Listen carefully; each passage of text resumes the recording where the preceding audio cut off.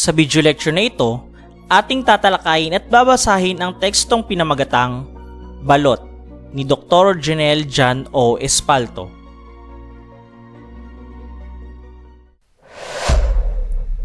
Hindi magkamayaw si Nardo sa pag-aaral dahil sa nalalapit na pagsusulit nila ngayong linggo sa Sinalahan Integrated High School.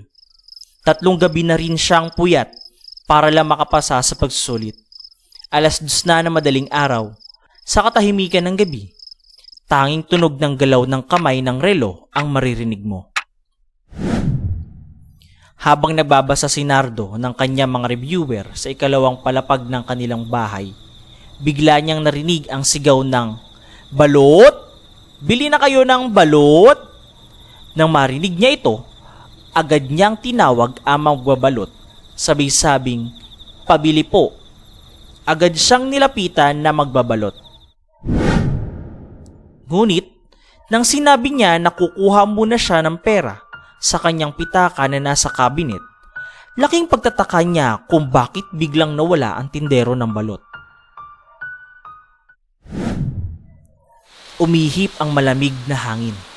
Nanindig ang balahibo sa buong katawan ni Nardo. Biglang umululong ang mga aso. Sa takot ni Nardo, itinigil na niya ang pagre-review ng kanyang aralin. Sabay nagtalokbong ng puting kumot. Nalala niya na nasa ikalawang palapag pala siya ng kanilang bahay.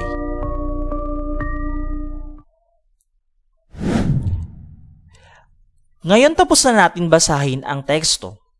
Sagutan naman natin ang mga katanungan. Unang katanungan, ilang gabi nang puyat sa pag-aaral ng kanyang leksyon si Nardo? A. 1, B. 2, C. 3, o D. Wala sa nabanggit?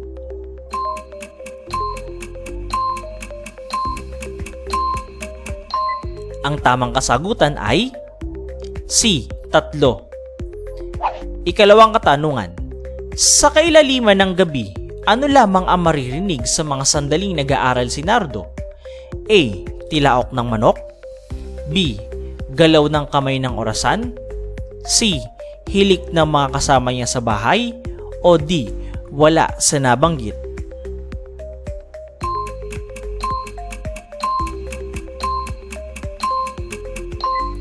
Ang tamang kasagutan ay B.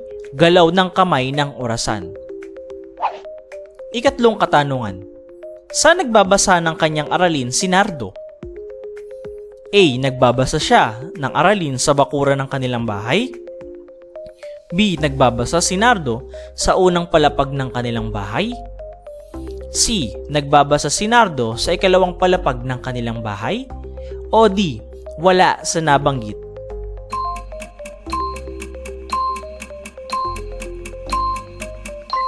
Ang tamang kasagutan ay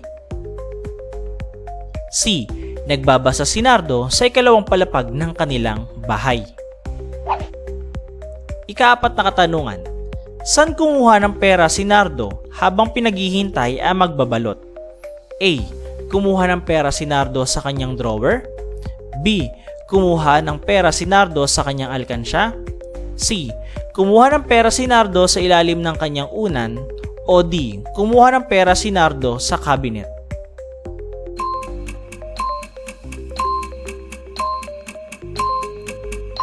Ang tamang kasagutan ay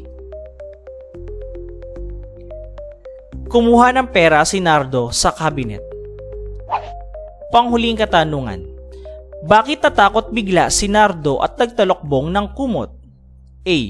Biglang umalis ang nagtitinda ng balot, B.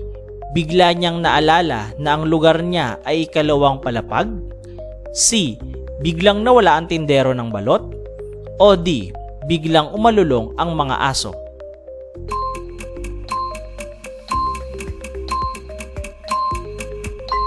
Ang tamang kasagutan ay B. Bigla niyang naalala na ang lugar niya ay ikalawang palapag. Maraming salamat sa panonood. Sanggunian, iCare Module, Learning Reading Materials 2022.